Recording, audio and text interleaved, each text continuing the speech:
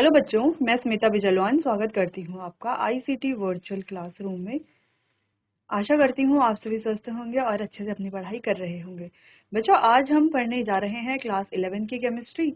और class 11 chemistry में हमारा चैप्टर चल रहा था some basic concept of chemistry. तो इसी को ही आगे हम आज कंटिन्यू करेंगे। ठीक है, तो बेसिक कॉन्सेप्ट में लगभग बेसिक कॉन्सेप्ट अपने क्लियर कर ही लिए थे, थोड़ा बहुत बचे हुए हैं। फिर आगे जो है चैप्टर को कंटिन्यू करते हैं। ठीक है, ये हो गया था। मैटर का क्लासिफिकेशन हमने पढ़ लिया था। फिजिकल प्रॉपर्टीज, केमिकल प्रॉपर्टीज देख ली। एटम के बारे में डिस्कशन कर लिया था। डाल्टन्स एटॉमिक थ्योरी देख ली थी। और एटॉमिक मास और मॉलिक्यूलर मास के बारे में बात चल रही थी। ठीक है, तो हम एटॉमिक मास के बारे में बात कर रहे थे और मॉलिक्यूलर मास के बारे में बात कर रहे थे। ठीक है, तो एटॉमिक मास को हमने कहा कि जब किसी सिंगल एटम का मास निकाला जाएगा तो उसे एटॉमिक मास बोलेंगे। ठीक है, इसकी यूनिट होती है एएमयू। ठीक है, मेजर्ड किया जाता है एएमयू में। एएमयू यानी कि एटॉमिक मास यूनिट। इसको यू से भी रिप्रेजेंट किया जाता है, जिसको हम कहते हैं यूनिफाइड मास। अच्छा, एक एएमयू की वैल्यू कितनी होती है? 1/12 ऑफ कार्बन 12 एटम, यानी कि कार्बन 12 एटम के मास के 1/12 ये होता है। ठीक है, 1/12 का मतलब क्या? मान लो जैसे एक तरबूज है। ठीक, 1/12, वैसे बचपन में हम पढ़ते थे क्लास 9-10 में 1/12। ठीक है, एक तरबूज है और इसके 12 टुकड़े हम कर दें। ठीक है, उन 12 टुकड़ों में से जो 12th एक पार्ट है वो हमने निकाल दिया। ठीक है, ये वाला पार्ट हमने निकाल दिया, तो ये क्या होगा? इसका 1/12 पार्ट होगा। ठीक है, क्लियर है? चलो, समझ में आ गया। फिर मॉलिक्यूलर मास के बारे में बात की थी कि मॉलिक्यूल में जितने एटम्स है, जैसे मान लो CO2 है। ठीक है, CO2, इसमें जितने एटम है उनका मास निकाल करके ऐड कर लेंगे तो क्या हो जाएगा? इस मॉलिक्यूल का मास आ जाएगा और इसे क्या कहेंगे? मॉलिक्यूलर मास हम कहेंगे। जैसे कार्बन का एटॉमिक मास, अगर कार्बन के मास की बात करें तो इसका कितना है? 12 है। प्लस ऑक्सीजन की बात करें तो 16 है। कितने ऑक्सीजन है? 2 ऑक्सीजन है। 16 टू 32, 10 42 और 2 44, तो ये क्या हो गया? 44U, या ग्राम बोल सकते हैं इसको। ठीक है, expressed in molecular mass expressed in gram is known as gram molecular mass. तो मॉलिक्यूलर मास को जब एक्सप्रेस किया जाता है ग्राम में तो क्या बोलेंगे? ग्राम मॉलिक्यूलर मास। ठीक है, चलो, क्लियर है? इतना इतना तो समझ में आ गया था। ये लास्ट लेक्चर में हमने कर लिया था, कुछ क्वेश्चंस भी किए थे यहाँ पर। अब कुछ चीजें हैं, जैसे अगर हम एटम की बात करें तो एटम की बात करें तो एटम क्या? स्मॉलेस्ट यूनिट,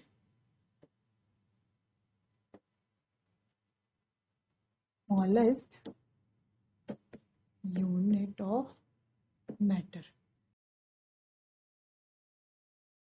स्मॉलेस्ट यूनिट है।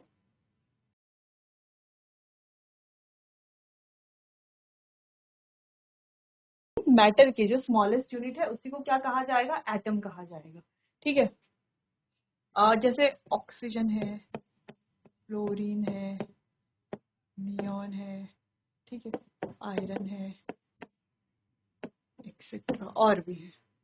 ठीक है, वही मॉलिक्यूल्स की बात करें तो मॉलिक्यूल्स का मतलब क्या है? More than one atom. Simple,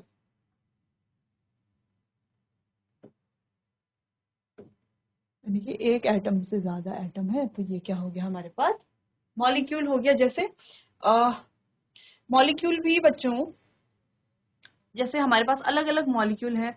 जैसे हमने कहा कि CO2 है, ठीक है, SO2 है, ये सभी भी क्या है? मॉलिक्यूल्स हैं। ठीक है, एटॉमिसिटी की बात करते हैं।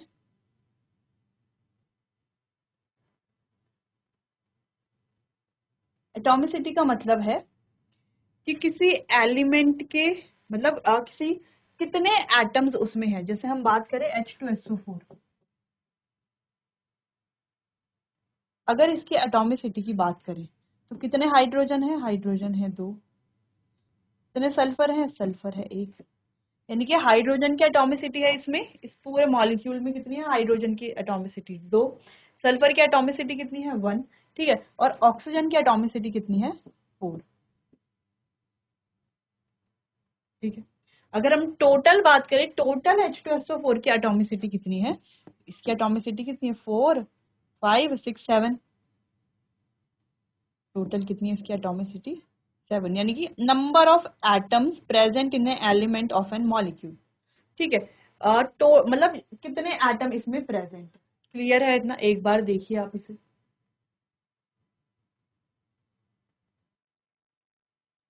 ठीक है, तो इसको हम डिफाइन कर सकते हैं, number of atom of an element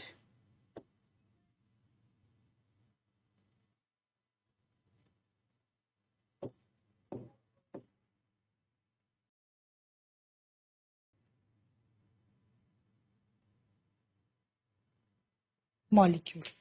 ठीक है, ये होती है एटॉमिसिटी। अच्छा, मॉलिक्यूल्स की अगर बात करें बच्चों, तो ये जो मॉलिक्यूल्स हैं, दो तरह के मॉलिक्यूल हमें यहाँ पर देखने को मिलते हैं।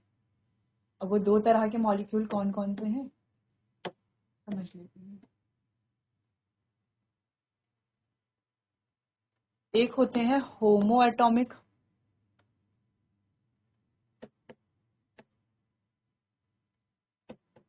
ठीक है, जैसे नाम से ही पता चल रहा है होमो एटॉमिक। ठीक, होमो,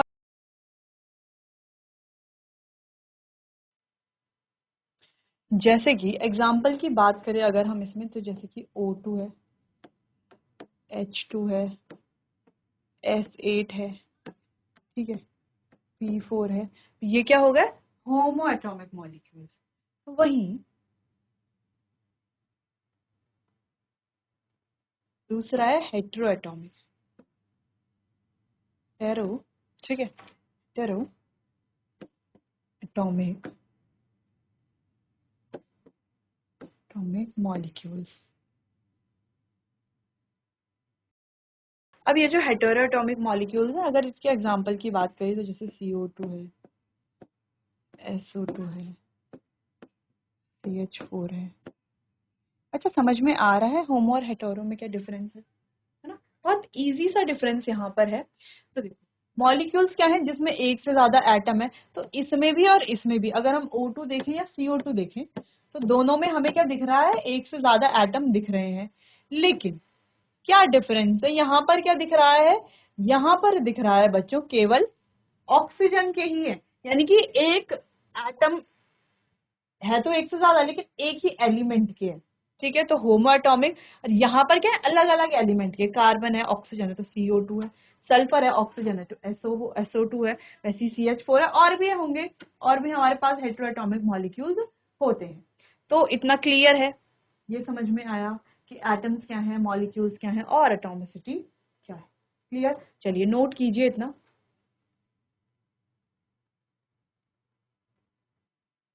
चलिए आगे बढ़ते हैं। नेक्स्ट है एटम्स एंड इट्स सब एटॉमिक पार्टिकल्स। तो चलो एटम और उसके सब एटॉमिक पार्टिकल्स के बारे में बात करते हैं। Atomic number, mass number, number of neutrons, number of electrons, इनके बारे में बात करते हैं।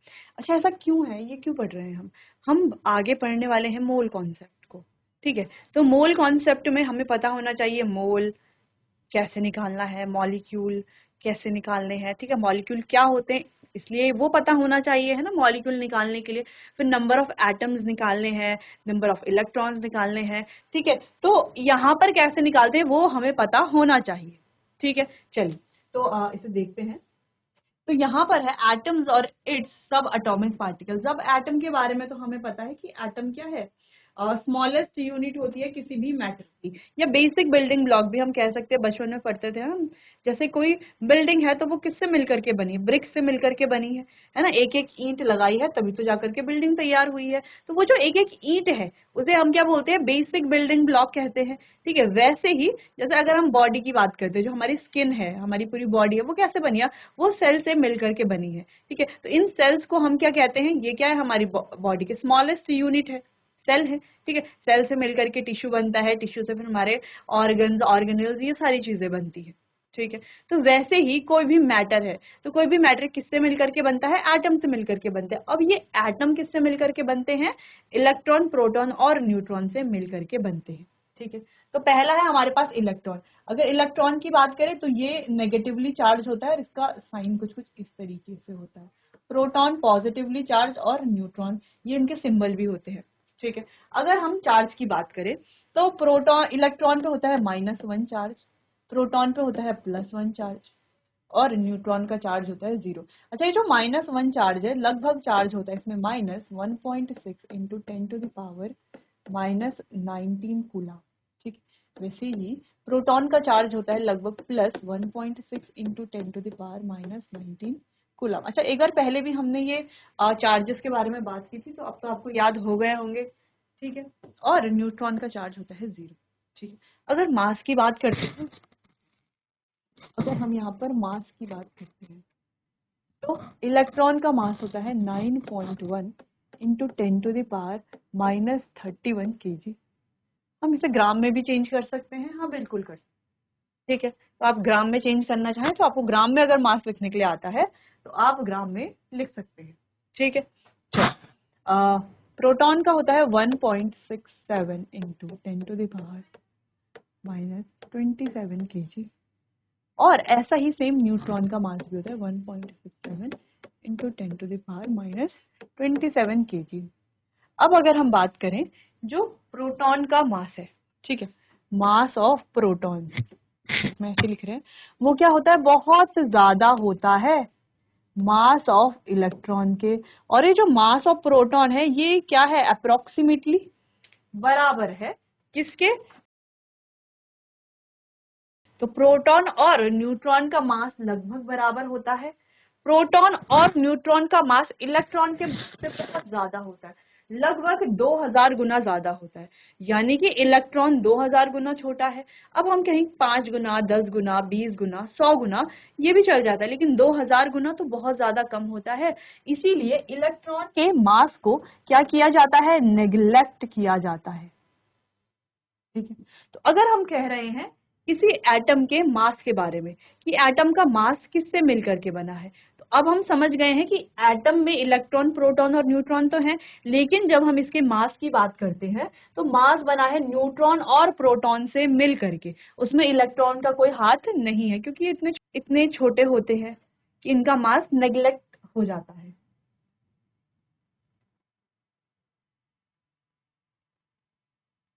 चलिए, तो हमने कहा कि इलेक्ट्रॉन का मास जो है 2000 गुना कम है।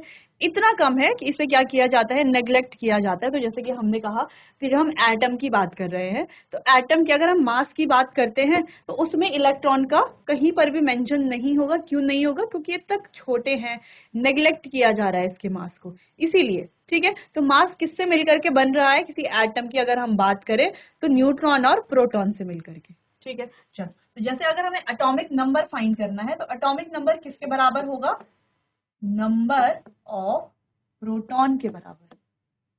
ठीक है। अब हम प्रोटॉन के लिए P यूज करेंगे, न्यूट्रॉन के लिए N और इलेक्ट्रॉन के लिए E यूज करेंगे। ठीक है। चलो, मास नंबर की अगर हम बात करते हैं तो mass number, number of proton plus number of neutron.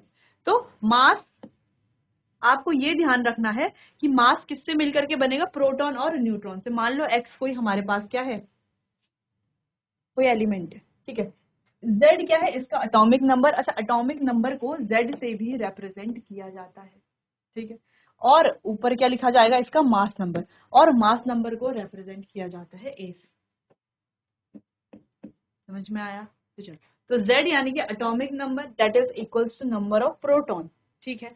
और मास नंबर जो बराबर है प्रोटॉन प्लस न्यूट्रॉन के, प्रोटॉन के साथ न्यूट्रॉन। ठीक। अब बात करते हैं नंबर ऑफ न्यूट्रॉन्स कैसे निकालेंगे। तो काफी इजी है। देखो, नंबर ऑफ न्यूट्रॉन कैसे निकालेंगे, एटॉमिक मास में से माइनस कर लेंगे हम नंबर ऑफ प्रोटॉन। इजी था, है ना। नंबर ऑफ प्रोटॉन को माइनस कर लेंगे एटॉमिक मास से, तो इजीली हम क्या फाइंड कर लेंगे, नंबर ऑफ न्यूट्रॉन्स फाइंड कर लेंगे। ठीक है। Mass number minus number of proton. अब नंबर ऑफ इलेक्ट्रॉन फाइंड करना है, तो देखो नंबर ऑफ इलेक्ट्रॉन फाइंड कैसे करेंगे।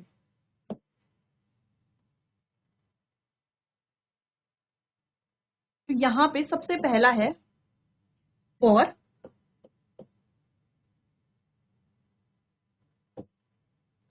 अब हम जानते हैं न्यूट्रल स्पीशीज।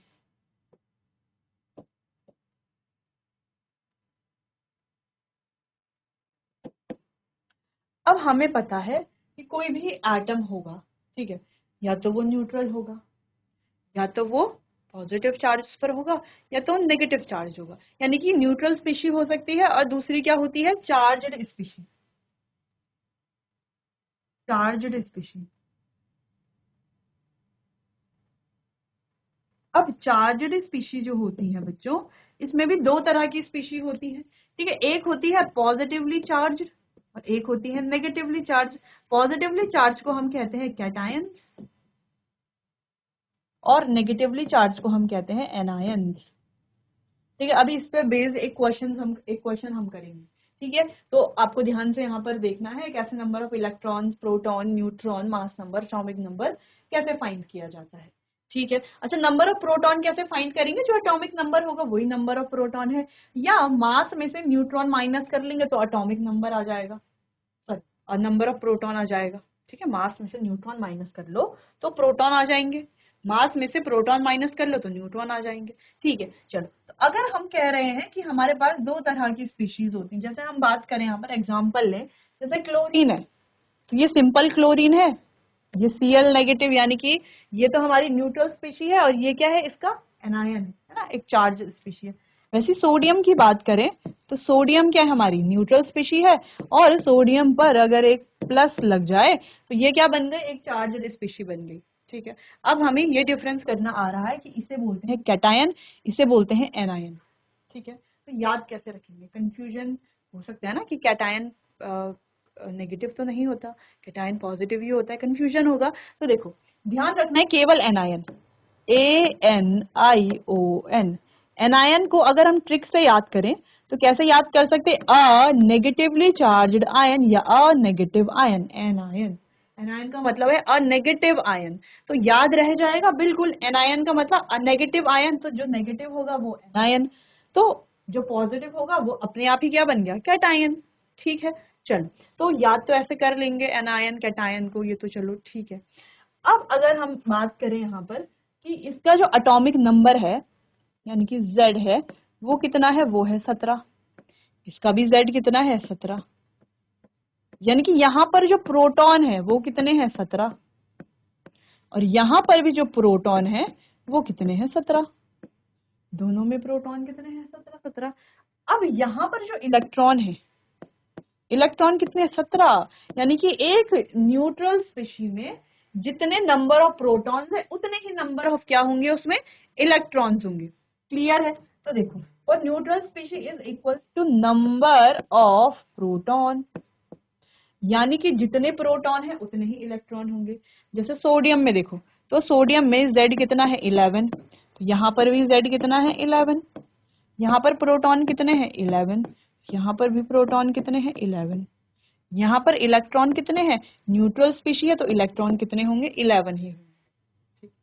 लेकिन अगर हम क्लोरीन में इलेक्ट्रॉन और ये सोडियम पॉजिटिव में इलेक्ट्रॉन की बात करते हैं तो यहाँ पर इलेक्ट्रॉन प्रोटॉन के बराबर नहीं होंगे, केवल न्यूट्रल स्पीशी में इलेक्ट्रॉन प्रोटॉन बराबर बराबर होंगे। इसलिए न्यूट्रल स्पीशी का तो काफी सिंपल है, न्यूट्रल स्पीशी में जो नंबर ऑफ इलेक्ट्रॉन है वो नंबर ऑफ प्रोटॉन के बराबर है, ठीक है। लेकिन अगर हम चार्ज स्पीशी की बात करते हैं कैटायन और एनायन की, तो अब आप ध्यान से देखिए, ये एनायन है, ठीक है, तो यहाँ पर एक नेगेटिव चार्ज है, यानी कि एक और क्या है, यहाँ पर इलेक्ट्रॉन आ गया है, नेगेटिव चार्ज का मतलब कि इलेक्ट्रॉन आ गया है, ठीक है। तो एक और इलेक्ट्रॉन यहाँ पर आ गया है, इसीलिए इसके पास क्या आया है, नेगेटिव चार्ज आया है, क्योंकि इसने किसी से इलेक्ट्रॉन लिया है, तो जो किसी से इलेक्ट्रॉन लेता है उसके पास नेगेटिव चार्ज आ जाता है, और जो किसी को इलेक्ट्रॉन देता है, ठीक है, यानी कि किसी ने अपने में से इलेक्ट्रॉन दे दिए, मान लो यहाँ पर दो फ्रेंड है,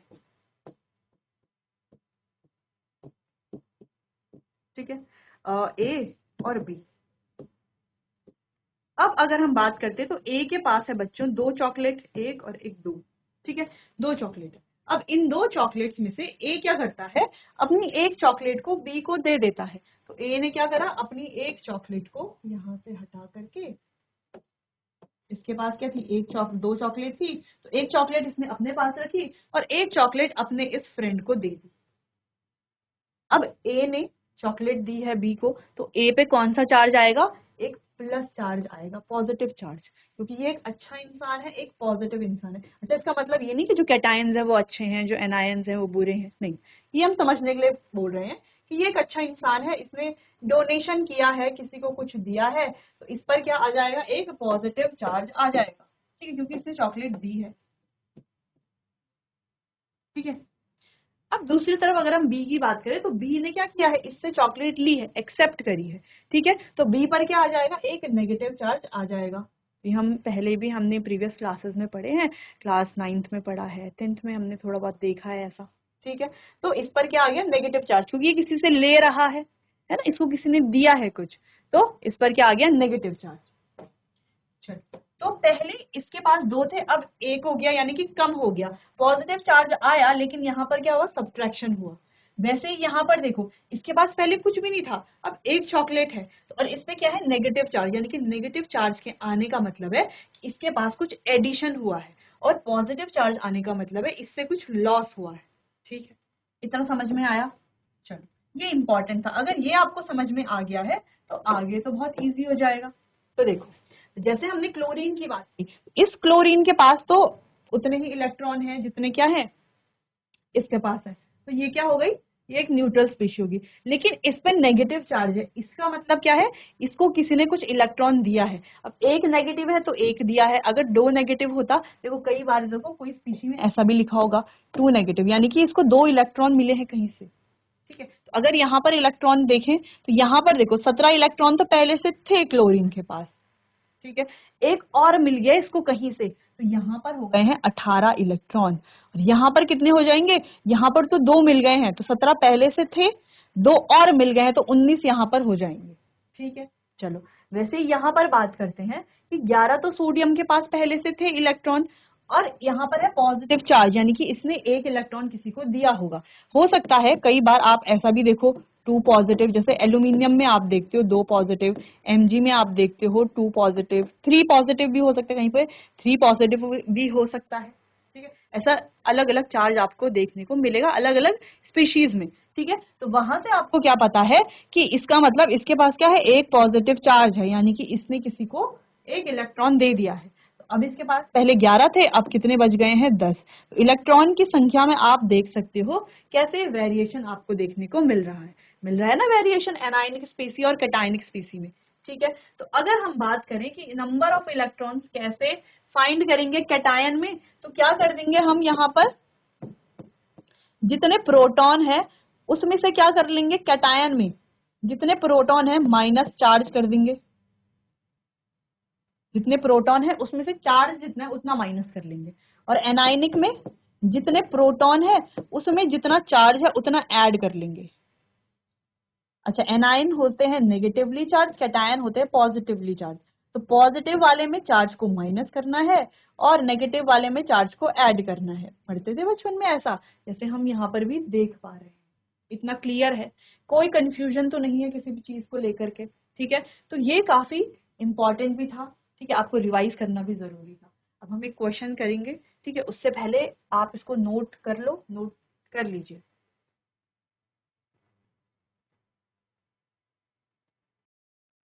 चलिए, तो क्लियर है, इतना आपने नोट कर लिया होगा।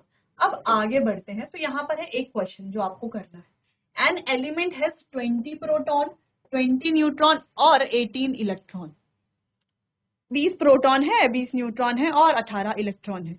तो मास नंबर निकालना है, एटॉमिक नंबर निकालना है और चार्ज या नेचर बताना है। ठीक है, चार्ज या नेचर का मतलब क्या है कि चार्ज बताना है, कौन सा चार्ज है, पॉजिटिवली चार्ज है या नेगेटिवली चार्ज है। नेचर अपने आप ही पता चल जाएगा, पॉजिटिवली चार्ज होगा कैटायन, नेगेटिवली चार्ज होगा तो एनायन। तो आप क्या खुद से ये क्वेश्चन कर सकते हैं, आप आसानी से कर लोगे। देखो, अब क्या है, यहाँ पर 20 प्रोटॉन है, देखो प्रोटॉन कितने हैं 20, न्यूट्रॉन कितने हैं 20 और इलेक्ट्रॉन कितने हैं 18। एटॉमिक मास निकालना है, पहला है atomic mass. Atomic mass, atomic mass is represented by Z। ठीक है, तो Z से इसको रिप्रेजेंट किया जाता है। अगर हम एटॉमिक मास की बात करें तो एटॉमिक मास किसके बराबर होता है, नंबर ऑफ प्रोटॉन के बराबर होता है, और नंबर ऑफ प्रोटॉन कितने हैं, 20। आंसर आ गया 20। ठीक, वैसे ही मास नंबर भी निकाल लेंगे। तो मास नंबर किसके बराबर होता है, अभी हमने फॉर्मूला पढ़ा, मास नंबर जिसको A से रिप्रेजेंट किया जाता है, ये किसके बराबर होता है, number of proton plus neutron, यानी कि जितने प्रोटॉन है और न्यूट्रॉन है उनको ऐड कर लेंगे। अब देखो प्रोटॉन और न्यूट्रॉन कितने, देखो 20 प्रोटॉन है और 20 न्यूट्रॉन है, यानी कि मास नंबर कितना आ जाता है, 40। ठीक है, मास नंबर कितना है, 40। वहीं अगला है चार्ज की बात करते हैं। तो देखो चार्ज हम कैसे बता सकते हैं, तीसरा वाला। तो देखो प्रोटॉन है 20 और इलेक्ट्रॉन कितने हैं, 18 है, यानी कि प्रोटॉन और इलेक्ट्रॉन में जो डिफरेंस है वो कितने का है, 2 का डिफरेंस है, यानी कि चार्ज पे 2 होगा, यानी कोई एक्स एलिमेंट हमारे पास है तो इसका जो चार्ज है वो 2 होगा। लेकिन क्या 2 होगा, +2 या -2। तो देखो प्रोटॉन ज्यादा है और इलेक्ट्रॉन कम है, इसका मतलब क्या है, इलेक्ट्रॉन कम कब होते हैं, जब कौन सा चार्ज होता है, पॉजिटिव चार्ज। जब नेगेटिव चार्ज होता है उसका मतलब तो इलेक्ट्रॉन ज्यादा होते हैं, जैसे हमने यहाँ पर देखा था। देखो यहाँ पर क्या है, नेगेटिव चार्ज है तो प्रोटॉन क्या है, इलेक्ट्रॉन से कम है, और यहाँ पर देखो पॉजिटिव चार्ज है तो प्रोटॉन क्या है, इलेक्ट्रॉन से ज्यादा है। तो वही हमने पढ़ा है कि यहाँ पर क्या है, 2 इलेक्ट्रॉन का डिफरेंस है, यानी कि 2 इलेक्ट्रॉन ज्यादा है प्रोटॉन पर, तो यहाँ पर आ जाएगा +2 चार्ज। यानी कि ये कैसी स्पीसी है, एक ये कैसा है, एक कैटायन है, इसका नेचर क्या है, ये कैटायन है। ठीक है, बाकी एलिमेंट आपको पता है कि 20 एटॉमिक नंबर किसका। ठीक है, तो चलिए बच्चों, तो बच्चों आज के लिए बस इतना ही। बाकी इस चैप्टर को आगे कंटिन्यू करेंगे हम अपने आने वाले अगले सेशन में। तब तक के लिए आपका बहुत बहुत धन्यवाद।